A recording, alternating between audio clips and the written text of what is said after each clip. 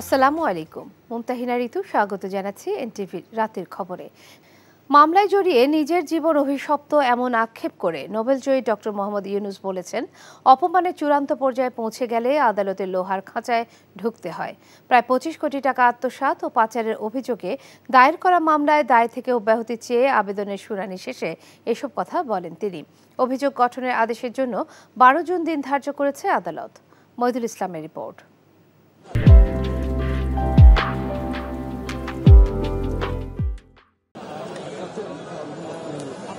মামলা থেকে অব্যাহতি চেয়ে আবেদনের শুনানিতে অংশ নিতে রোববার সকালে আদালতে যান গ্রামীণ ব্যাংকের প্রতিষ্ঠাতা এবং শান্তিতে নোবেল বিজয়ী ডক্টর মোহাম্মদ ইউনূস। এ সময় মামলার অন্য 13 আসামিসহ আদালতের কাঠগড়ায় তোলা হয় ডক্টর মোহাম্মদ ইউনূসকেও। শুনানি শেষে মামলার সার্বিক বিষয় নিয়ে সাংবাদিকদের কাছে আক্ষেপ প্রকাশ করেন এই নোবেল বিজয়ী। আমিও মনে হয় এরকম কোনো মহাকাব্যের অংশ হয়ে গেছি, কোনো দেবদেবী আমার উপর অসন্তুষ্ট হয়েছে, আমার উপর অভিশাপ করেছে। সেই অভিশাপের কারণে আমরা এখানে আজকে দুর্নীতি দমন কমিশনে হাজির হয়েছি। তো সেখানে আজটা এই অভিশপ্ত জীবনের ভেতরেও একটা শীর্ষবিন্দু আছে। আজকে এরকম একটা শীর্ষবিন্দুতে পৌঁছলাম আমরা। এই প্রথম লোহার খাঁচায় কাঠগড়াতে দাঁড়াতে হলো। এটা একটা দেখার মতো দৃশ্য। আমি কেউ আশা করছিলাম কেউ ছবি তুলবে, কিন্তু ভেতরে তো ছবি তোলার ব্যবস্থা নেই। এটা আমার জীবনের একটা স্মরণীয় ঘটনা যে লোহার খাঁচার ভেতরে দাঁড়িয়ে আছি আদালতের কাঠগড়ায়। এই অভিশপ্ত জীবনের একটা অংশ, সেটা কথা উল্লেখ করলাম। নাগরিক হিসাবে কেন আমার বিরুদ্ধে মিথ্যা মামলা হবে? কেন কারো বিরুদ্ধে মিথ্যা মামলা হবে? দুর্নীতির মামলা হবে? এই দুটোকে দাঁড়িয়ে কেন আমাদেরকে কথা বলতে হবে? আমার একটু সহকর্মী সারা জীবন দিয়েছে তারা মানুষের উপকার করার জন্য, তাদেরকে হেনস্থা কেন করতে হবে? তাদেরকে লোহার খাঁচায় কেন ঢুকতে হবে? এর আগে ঢাকার বিশেষ জজ সৈয়দ আরাফাত হোসেনের আদালত মামলার অব্যাহতি চেয়ে আসামি পক্ষের করা আবেদনের আদেশের জন্য আগামী 12 জুন দিন ধার্য করেন। 26 কোটি টাকা তিনি ট্রেড ইউনিয়ন এবং অন্যান্য লয়ার ফি সহ অন্যান্য ব্যক্তিদেরকে তিনি প্রদান করার যে অনুমোদন দিয়েছেন, সেটাই অপরাধ সংগঠিত হয়েছে।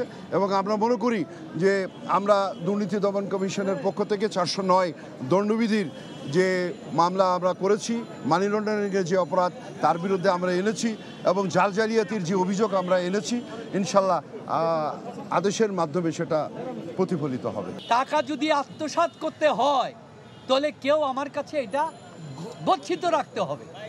আমার কাছে তো টাকা গচ্ছিত রাখে নাই, আমরা তাদের পাওনাটা ব্যাংকে গচ্ছিত রাখছি। যদি আত্মসাৎ করো তো গচ্ছিত যে ব্যাংকের ম্যানেজার, তাকে তো তুমি অপরাধী করো না। আমি তো মানি লন্ডারিং এর টাকা জানি না। যেই টাকা শ্রমিকের টাকা তাদের সেটেলমেন্ট অ্যাকাউন্টে চলে গিয়েছে, সেই মুহূর্তের পর থেকে তো ডক্টর ইউনূস গ্রামীণ টেলিকমের কোনো হাত নাই। গ্রামীণ টেলিকমের শ্রমিক কর্মচারীদের কল্যাণ তহবিলে 25,22,780 টাকা আত্মসাৎ করে তা বিদেশে পাচারের অভিযোগে করা মামলায় গত 1 ফেব্রুয়ারি ডক্টর মোহাম্মদ ইউনূস সহ আরও 13 আসামির বিরুদ্ধে অভিযোগপত্র দাখিল করে দুদক। মইদুল ইসলাম, এনটিভি নিউজ, ঢাকা। কোন দেশের সাথে কার ঝগড়া সেটা বিবেচ্য নয়, উন্নয়নে যারা সহযোগিতা করবে তাদের নিয়েই সরকার এগিয়ে যাবে বলে মন্তব্য করেছেন প্রধানমন্ত্রী শেখ হাসিনা। নেতিবাচক মনোভাব পোষণ করেও যারা উন্নয়নের সুবিধা ভোগ করে তাদের প্রতি সতর্ক থাকার পরামর্শ দিয়েছেন তিনি। জাতির পিতা বঙ্গবন্ধুকে নিয়ে ভিডিও চিত্র তৈরি করাদের মাঝে গণভবনে পুরস্কার বিতরণ অনুষ্ঠানে তিনি একথা বলেন। ফাহাদ মোহাম্মদের রিপোর্ট।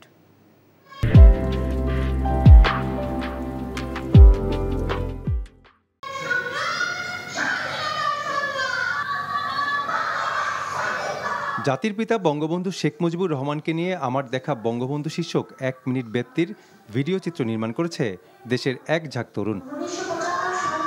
নিজের হাতেই জাতীয় পর্যায়ের এই প্রতিযোগিতায় অংশ নেওয়া নির্বাচিতদের সম্মাননাপত্র ও আর্থিক পুরস্কার তুলে দেন প্রধানমন্ত্রী শেখ হাসিনা। এ সময় বক্তব্যে বাংলাদেশ সৃষ্টি ও নেপথ্যের ইতিহাসে বঙ্গবন্ধু শেখ মুজিবুর রহমানের অবদান তুলে ধরেন প্রধানমন্ত্রী। অর্থনৈতিক মুক্তি ও মৌলিক অধিকার প্রতিষ্ঠায় জাতির পিতার নির্দেশনা বাস্তবায়নের অঙ্গীকার করেন সরকার প্রধান। উন্নয়ন অগ্রযাত্রার সুবিধাভোগী এক শ্রেণীর সমালোচকদের বিষয়ে সতর্ক করেন প্রধানমন্ত্রী। বাংলাদেশে কিছু মানুষ আছে তাদের সব কিছুতেই কিছু ভালো লাগে না।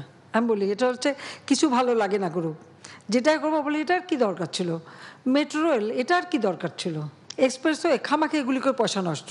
তো এরকম ধরনের মানুষ কিন্তু নেতিবাচক মনোভাব নিয়েই তারা চলে, তারা সব কিছু আবার যখন তৈরি করি তখন দেখি খুব ভালো করে সেগুলো আবার খুব মজা করে আবার ব্যবহার করে, এটাও আবার আমি দেখি।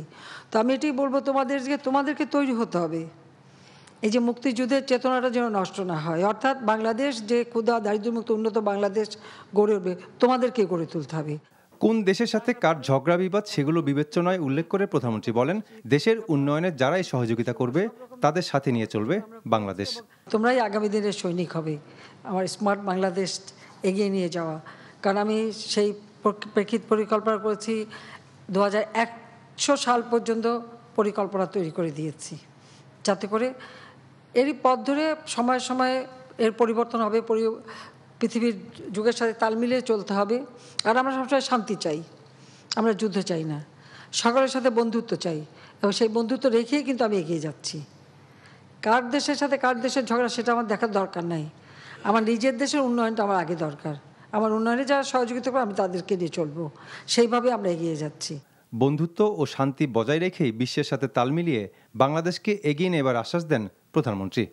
Fahad Mohammad, NTV news, Dhaka.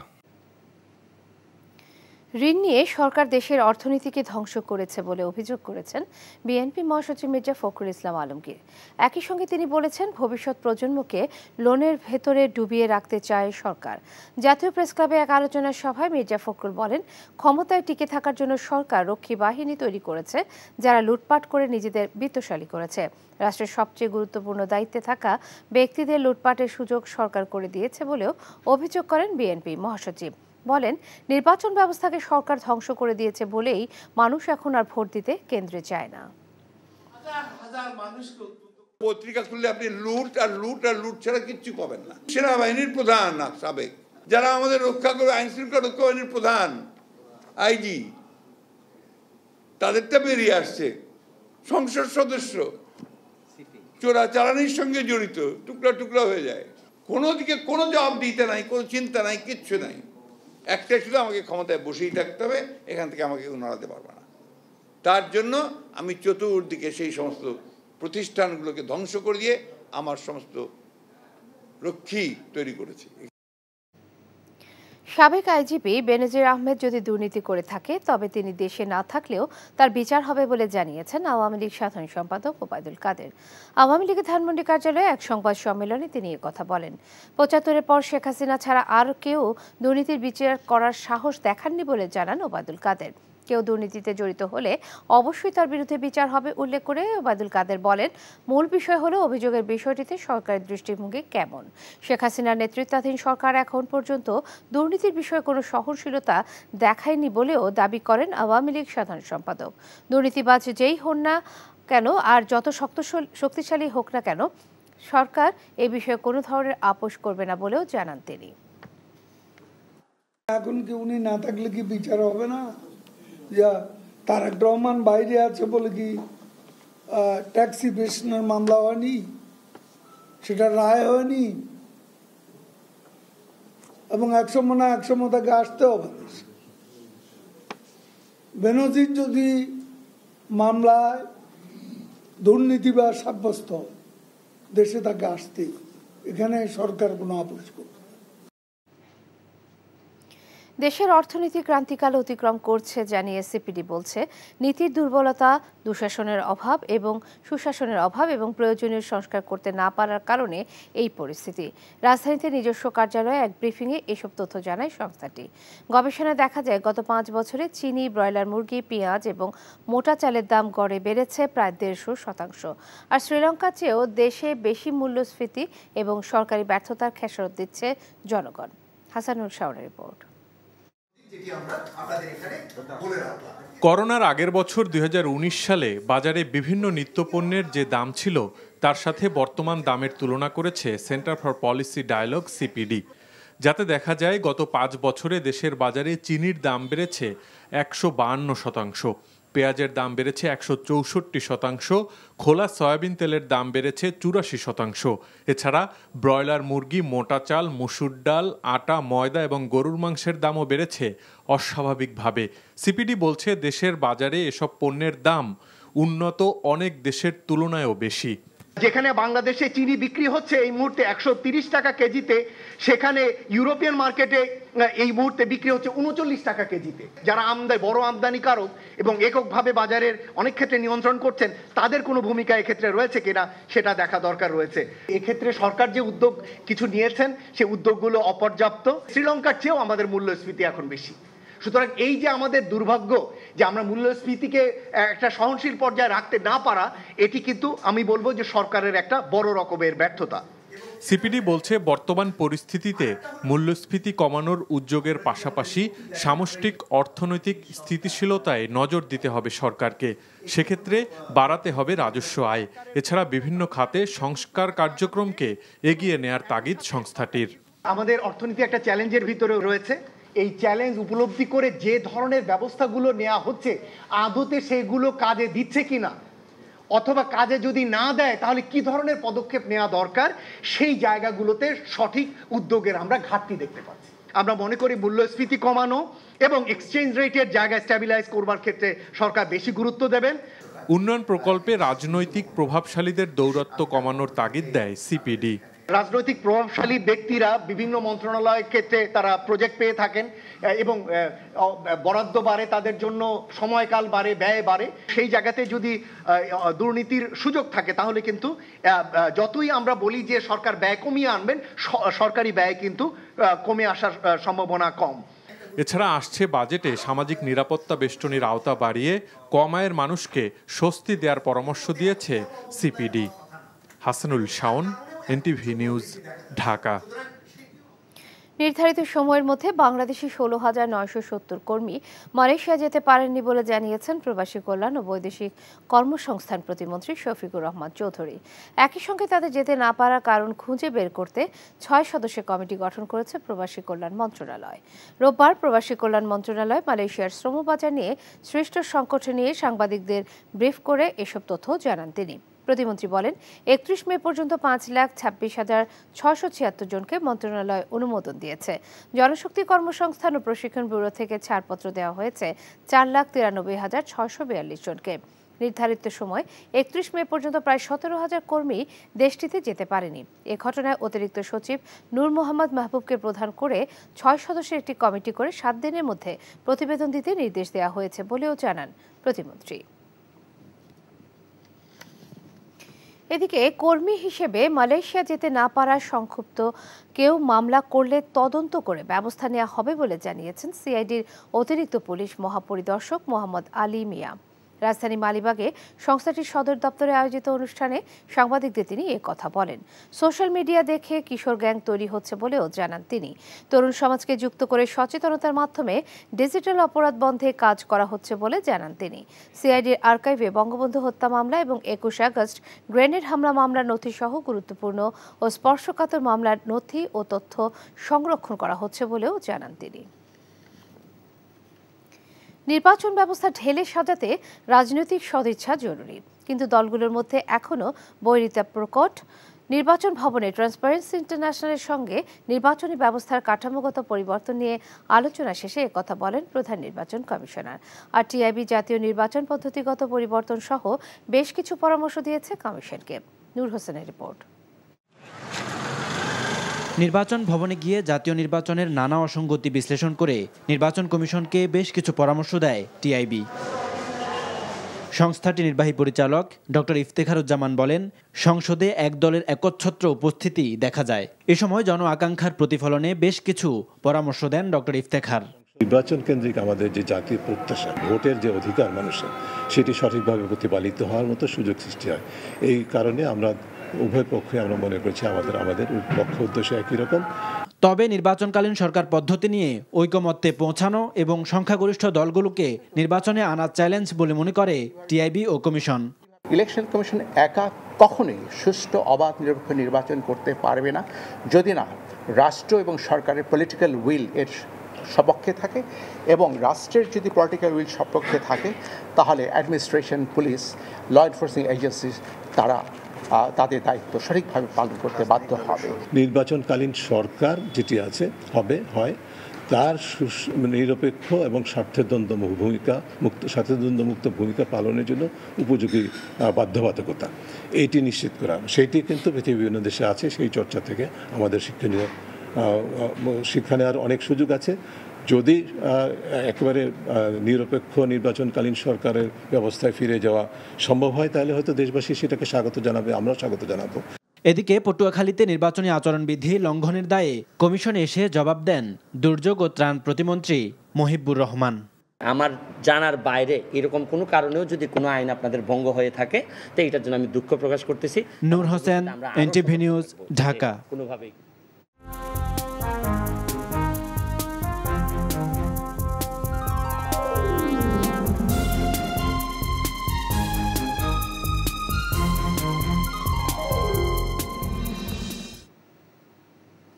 সামাজিক সুরক্ষা খাতের মোট বরাদ্দের 60% বেশি খরচ হচ্ছে পেনশন, কৃষি খাতে ভর্তুকি আর সঞ্চয়পত্রের সুদ পরিশোধে। বাকি যা বরাদ্দ থাকে সেখানেও রয়েছে নানা অনিয়ম, ফলে প্রকৃত সুবিধা বঞ্চিতদের কাছে পৌঁছাচ্ছে না বরাদ্দ। বিশেষজ্ঞরা বলছেন, চড়া মূল্যস্ফীতির এই সময়ে দরিদ্র মানুষের খাদ্য নিরাপত্তা নিশ্চিত করাটাই বড় চ্যালেঞ্জ। এক্ষেত্রে রেশনিং ব্যবস্থা চালুর পরামর্শ তাদের। জুনায়েদ আল হাবিবের রিপোর্ট।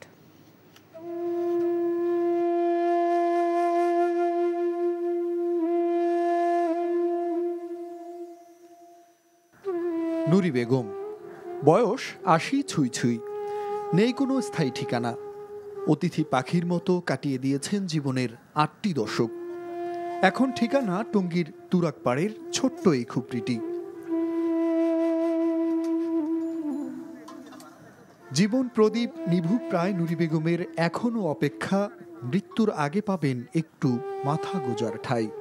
এই যে ভাঙিয়ে দিব 2 দিন পরে, ওখানে থাকুন, এই রাস্তায় থাকুন, ওখানে থাকুন, কই যাম।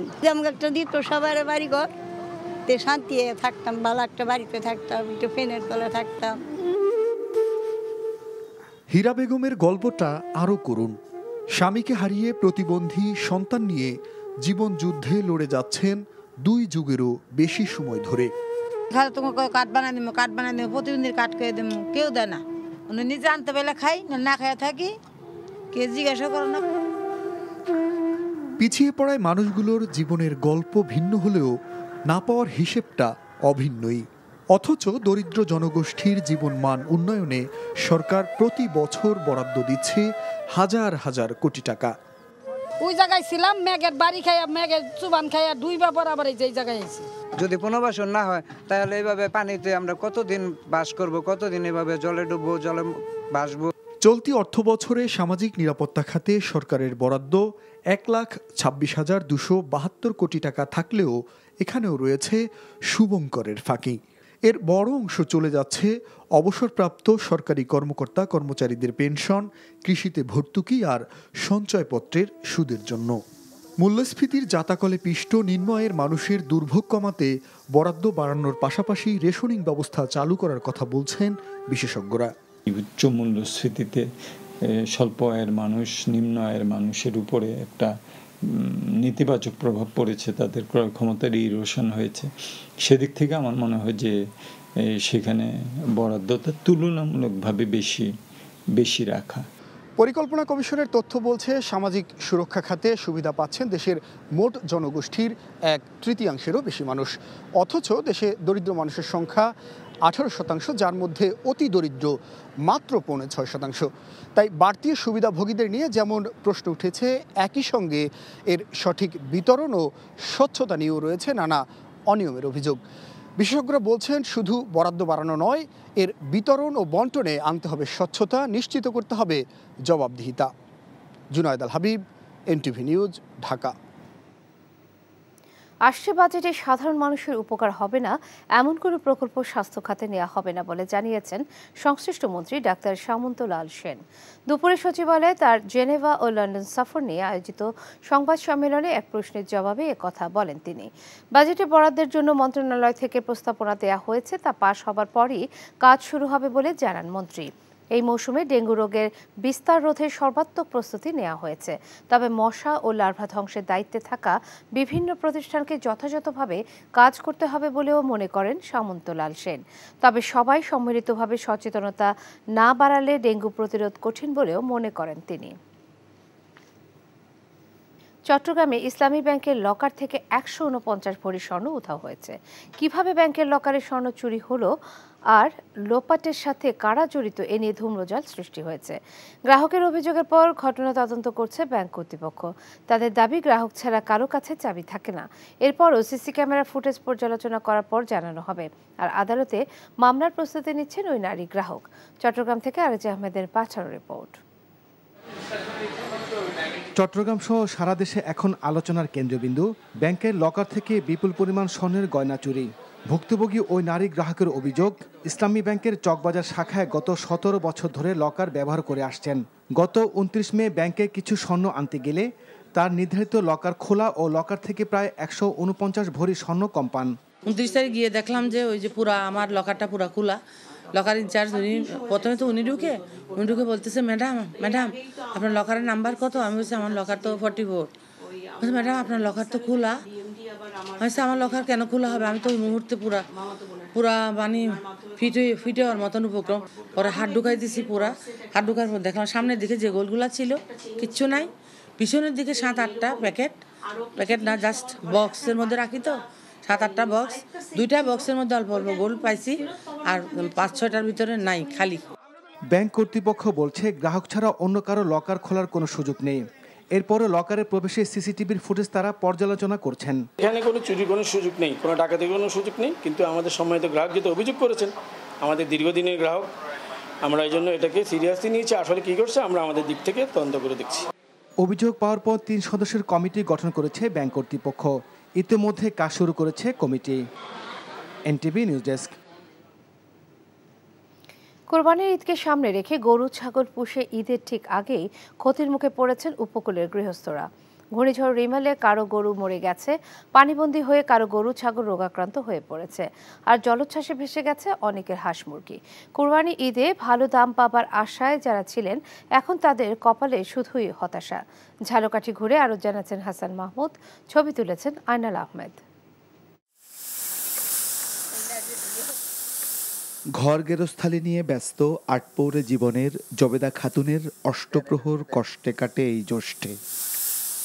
ভয়াল রিমাল তছনছ করে দিয়েছে জবেদার ভবিষ্যৎ। ধারকর্য করে 4টি গরু কিনেছিলেন গেল আশ্বিনে। সামনে কুরবানির ঈদে গরু বিক্রি করে ভালো দাম পাবার আশা শেষ করে দিয়েছে রিমাল। গরু ঘর তলাই গেছে সম্পূর্ণ, আর গরু একটা বড় গরু মারা গেছে।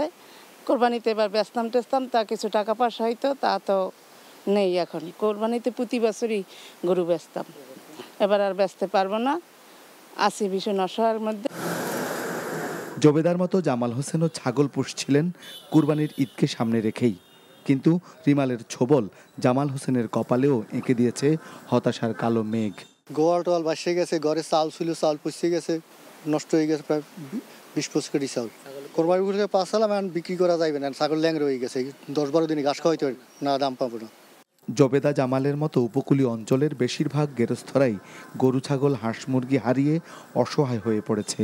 আমার 30টা মুরগি এলে 15টা আছে, 15টা মারা গেছে। হাঁস আনলে 30টা, 10টা আছে আর 20টা মারা গেছে। ছাগল 2টা অসুস্থ, তা মনে হয় বাঁচবে না। আমাদের গবাদি পশু বা ফসলাদি বা আমাদের যে ঘের আছে, আসলে এগুলো সব ভেসে যাবে। বাট্টা যাতে হয়। সামনের কুরবানির ঈদে বিক্রির জন্য গরু ছাগল পুষে ক্ষুদ্র খামারিদেরও এখন দুশ্চিন্তা। ঝালকাঠির নলছিটি, কাঠালিয়া, রাজাপুরের পথে পথে রিমাল তার ক্ষতচিহ্ন রেখে গেছে। ভেঙে গেছে বাঁধ, মরে গেছে সাধ, ক্ষতি পোষাতে ফের চলছে আবাদ। গেরস্থ ঘরে যারা গরু লালন পালন করে কিছুটা কোরবানিতে বিক্রি করার আশায় থাকতেন, তারা এবার লোকসানের দায়ভার গুনতে হবে। এমন গ্রামে গ্রামে অসংখ্য গেরস্থ ঘর আছে যাদের গরু মারা গেছে কিংবা রোগাক্রান্ত হয়েছে। তাই ক্ষতির খতিয়ান মেলাতে তাদের আরও অনেক সময় লেগে যাবে। Hasan Mahmud, NTV news, Nalchity, Jhalokathi. ঘূর্ণিঝড় রিমালে প্রাথমিক হিসেবে ৬,৮৮০ কোটি টাকার ক্ষয়ক্ষতি হয়েছে বলে জানিয়েছেন দুর্যোগ ব্যবস্থাপনা ও ত্রাণ প্রতিমন্ত্রী মহিবুর রহমান। সচিবালয়ে এক সংবাদ সম্মেলনে একথা জানান তিনি। সব মন্ত্রণালয় থেকে হিসাব চূড়ান্ত করে ৯ জুন ক্ষয়ক্ষতির সার্বিক পরিমাণ প্রধানমন্ত্রীর কাছে হস্তান্তর করা হবে বলেও জানান তিনি।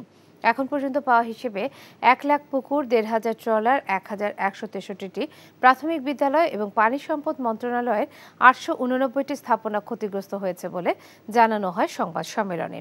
এখন পর্যন্ত ব্যাপকভাবে ক্ষতিগ্রস্ত ১৯টি জেলায় নগদ ৫ কোটি ৭৫ লাখ টাকা, শিশুদের খাবারের জন্য ২ কোটি ৪৫ লাখ টাকা, গোখাদ্যের জন্য ২ কোটি ৪৫ লাখ টাকা সহ শুকনো খাবার ও ঢেউটিন বিতরণ করা হয়েছে বলেও জানান প্রতিমন্ত্রী। কুমিল্লার ব্রাহ্মণপাড়া ও দেবিদ্বার উপজেলা পরিষদ নির্বাচনে স্থানীয় সংসদ সদস্যের হস্তক্ষেপে কারচুপির অভিযোগ এনে ফলাফল বাতিলের দাবি জানিয়েছেন পরাজিত প্রার্থীরা। সকালে জাতীয় প্রেস ক্লাবে সংবাদ সম্মেলনে আনারস প্রতীকের প্রার্থী সোহরাব খান চৌধুরী ও ঘোড়া প্রতীকের প্রার্থী শাহিদা আক্তার নির্বাচনে নানা অনিয়ম তুলে ধরেন। পুনরায় তফসিল দিয়ে নতুন করে নির্বাচনের দাবি জানানো হয়। সংসদ সদস্য তার পছন্দের প্রার্থীকে বিজয়ী করতে প্রশাসনকে ব্যবহার করেছেন বলে অভিযোগ করা হয় সংবাদ সম্মেলনে। গাইবান্ধায় বাংলাদেশ জাতীয়তাবাদী যুবদলের কারা নির্যাতিত নেতৃবৃন্দকে সংবর্ধনা দেয়া হয়েছে। দুপুরে জেলা পাবলিক লাইব্রেরি হলরুমে এই সংবর্ধনা অনুষ্ঠানে প্রধান অতিথি ছিলেন কেন্দ্রীয় যুবদলের সহসভাপতি মাহবুবুল হাসান ভূঁইয়া পিঙ্কু, কেন্দ্রীয় যুবদলের সহ আইন বিষয়ক সম্পাদক জিল্লুর রহমান, যুবদলের বিভাগীয় ও জেলা পর্যায়ের নেতৃবৃন্দ এই সময় উপস্থিত ছিলেন। বক্তারা যুবদলের নেতৃবৃন্দের উপর জেল জুলুম, হয়রানি ও মামলা হামলার তীব্র নিন্দা ও প্রতিবাদ জানান। এই ছিল এনটিভি রাতের খবরে। এই খবরের ভিডিও সহ আপডেট জানতে ভিজিট করুন এনটিভি অনলাইন www.ntvpd.com। এছাড়াও এনটিভি জনপ্রিয় সব অনুষ্ঠান ও খবরের আপডেট জানতে ভিজিট করুন আমাদের ইউটিউব ও ভেরিফাইড ফেসবুক পেজ। রাত ১টায় মধ্যরাতের খবর দেখার আমন্ত্রণ রইল। ধন্যবাদ সবাইকে। শুভরাত্রি।